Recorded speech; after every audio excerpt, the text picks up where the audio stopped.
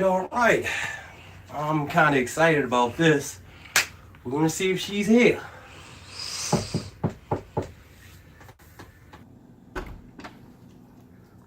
Oh, hey Phil. What is going on? Oh, I'm just working on a video right now.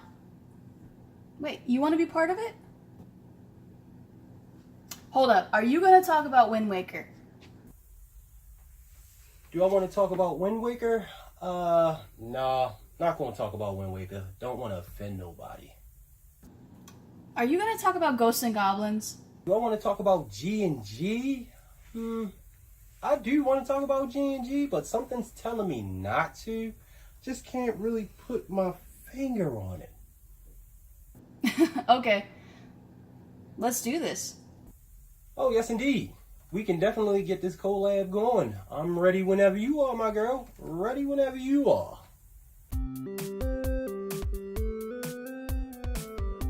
What's up, people? It's your boy Phil Twerpin, and shout out to my girl Linda, aka Gamer Girl, for allowing me to be on this collab with her.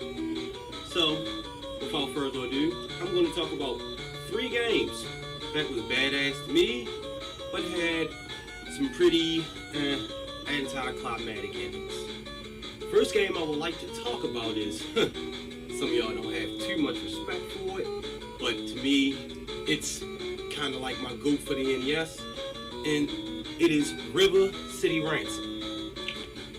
River City Ransom was created by Technos Japan in 1989 and came to North America in 1990. It is the 3rd of the Kunio-kun series, right behind Renegade and Super Dodgeball. It has some pretty unique RPG effects. You know how you would do like beat 'em up and grind and level up on some RPG games. Not on here. What you do is you fight enemies and you pick up these great coins. I'm assuming that they're probably yen, but we're just gonna consider them as yen. And you go to stores and you buy like special perks and stuff like that that you can put on, and it levels you up and make your man strong as far as like punch, defense, stamina, willpower, and your max power. But that's for another time. The object of the game is pretty straightforward. Your boy, ex-homeboy Slick has taken over the city and took Alex's girl. And it is your job to, of course, go through the city and take down Slick, whose stronghold now is being River City High. Pretty straightforward, pretty easy, pretty simple. Now the ending is pretty straightforward. You go, you fight Slick, who turns out his real name is Simon. You bust him up and pretty much that's it. And you would think with the Kunio-kun characters and stuff like that, as fun as they are and how neat little characters that they are, you would think that they would have like some sort of decent ending. No. You get an all-black screen and you just get a bunch of words at the bottom. For it to be my GOAT, it's kind of The second game I would like to talk about is one of the games that's on like one of my high tiers, like seriously. High tier. Even though it's a pretty short game, it's still nonetheless a pretty decent game with an ending that's kind of like and that is Double Dragon on the NES. Double Dragon was released in 1987 and on the NES in 1988. You played as your local hero that lives over top of the garage forever, your boy Bimmy Lee, and you go through 4 stages of fighting Big John Bobos, your Williamses, your Lindas, your Ropers, your Machine Gun Willies, etc., etc., to save dear sweet Marion. Dear sweet Marion. Now, I don't know why your brother would try to take Marion, well, take Marion from you, I don't know. But I guess sibling rivalry really, So, you go through 4 stages, and the fighting is sort of mediocre, but if you don't know how to really punch, it kind of has a weird punching method with it. Sort of like, no, I swear I wasn't going to talk about G&G. But it kind of has a rhythm like the knife. If you don't understand the rhythm of the punching, yeah, you'll pretty much get your ass kicked. So, the ending? After fighting your brother, busting him up and taking him down, you see dear sweet Marion. And where is she? In a beautiful looking little room that you can pretty much see. He has all the accommodation for. He even got a cat. So who's really the bad guy? Who's really the bad guy? And then on top of that, you don't even get no thank you, Billy, no words, no nothing. It's just a straightforward situation where you just see her, she gives you a hug, and y'all just stare at each other with some soppy music.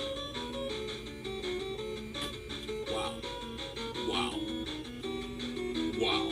And the third, last but not least game that I would like to talk about is Teenage Mutant Ninja Turtles on the NES.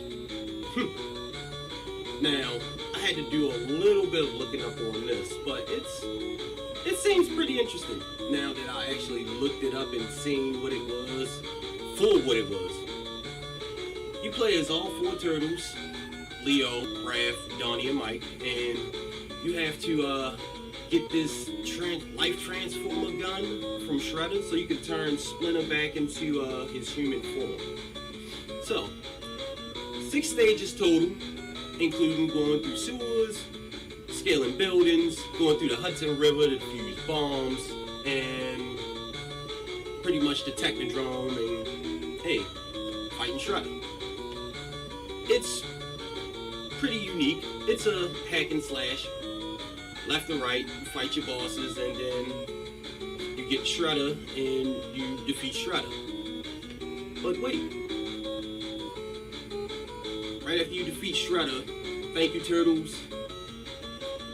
You saved the world. Really? All this just happened in New York.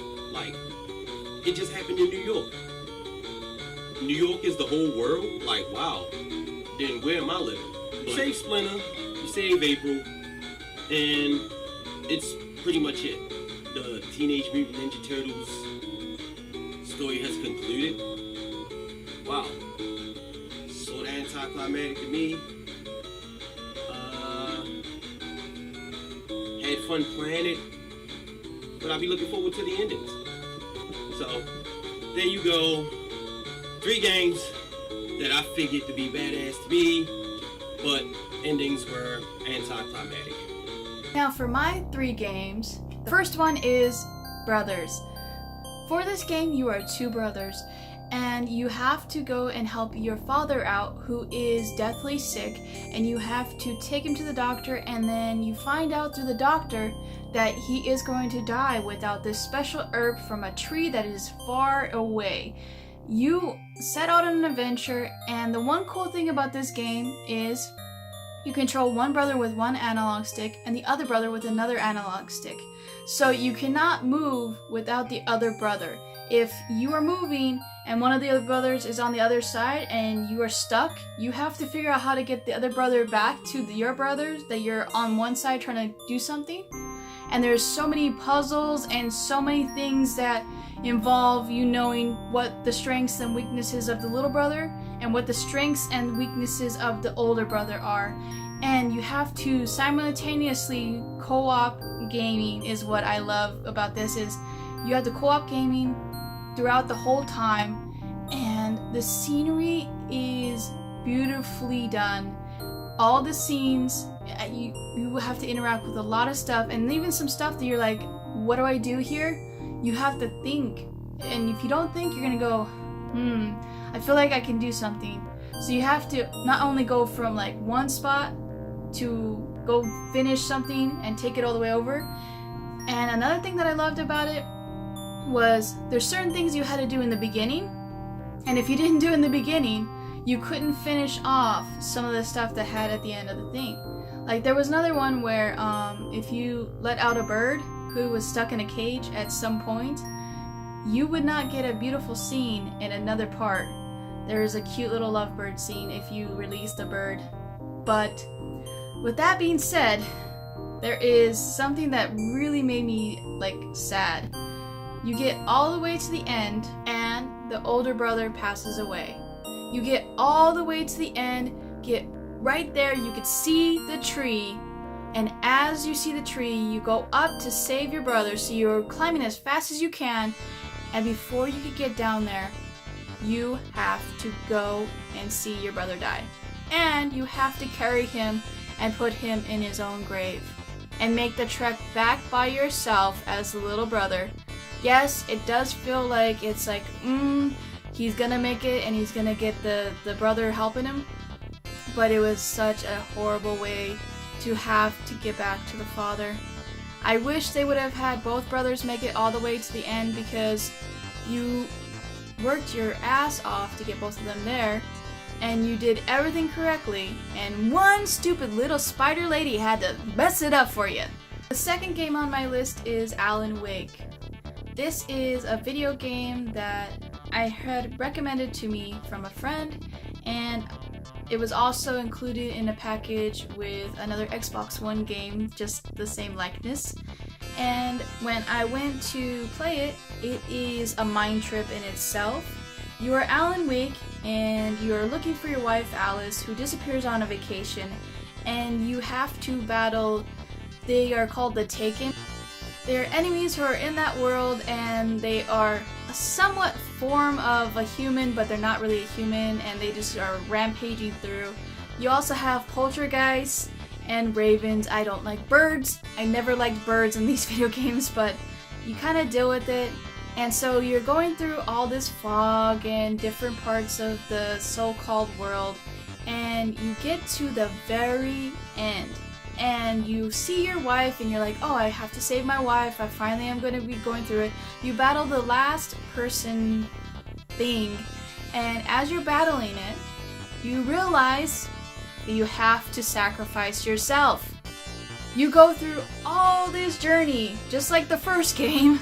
You battle through, and your end mission is to get your wife and leave. Why would you make me have to sacrifice myself just to let her out, and she doesn't even know that you did that, because she's off in this little vortex world of her own, so she might go looking for me too. So that was the horrible ending of the century for me for when I played my Xbox 360 game. I was devastated when I finally got to the end to find out that you had to sacrifice yourself, and if that ending wasn't how it would have been a really good game to me. And so the final game is Assassin's Creed Black Flag. The reason why I liked this game for the gameplay is you are Edward, you are captain of a ship in the Caribbean in the 1700s, and just like all the Assassin's Creed games, you have to find the bad guy, finish him off, and get through a really big scenario. And so I go through the scenario, you get through, it says kill him, and so you swipe down and you attack him and you destroy him, and you're like, ooh, it's gonna be an epic battle. And as you take him down, you think, oh, there's gonna be something, and all it is you just have this talk with him, and you're like, okay. Also, the whole time you're waiting to get back to your family, to sort things out, and someone in the writing team decided that we're gonna casually just give you a note saying, hey, guess what? Something happened. Here you go. This was given to you today. It arrived this morning. What? Are you serious? The whole time you've been waiting to find out what's gonna happen between him, his wife, or ex-wife, or whatever she is, and you casually just get a freaking note after you've anticlimactically killed the guy and they closed the gate, and you cut through to the part where you get out of the machine and you see this guy and you're like, oh, this is gonna get interesting. The guy's talking about how he was supposed to meet his beloved and she was supposed to take your body, and how stupid was it that he didn't work out, and he is going to attack you, and you think, oh, so you're gonna fight him off, or you're gonna be doing with something, or you're gonna be battling. All that happens, he hits you with a syringe, You go tumbling down. You're fighting, nothing. You just see her go, "Are you okay? Hello, are you alright?" And you're like, "Lady, he just syringed me with something. Why aren't you calling for help?" So then, cuts to, oh, this is the beautiful part, a trailer. She says, "Would you like to watch a trailer?" And I'm like, what? You find out that they made a trailer of your experience, and it's a horrible one, no less. And you have to sit through it. You cannot escape from it. You have to endure this stupid trailer. And everybody agrees that if you had to watch that trailer, you were annoyed. And so you're like, okay. It cuts back to another part, and you're like, oh, it's gonna sail off into the sea or something like that. No. You just meet his daughter, and that's it. Oh, it was a horrible, horrible ending. So yeah, guys, that is our list of 3 games for each of us. I want to thank Phil for deciding to do this collab with me. He is an amazing friend, and he's a funny guy. So I'm going to put a link in the description for his channel. Go check him out. He wants to hit 300, and we got to get him there. So please, and hit that subscribe button for him, please. And as always, keep on gaming, everybody. Let me know, what were your games that you played through, had amazing gameplay, and then the ending was just really disappointing? I want to know. Thank you guys for watching. Hope you have a great day. Peace.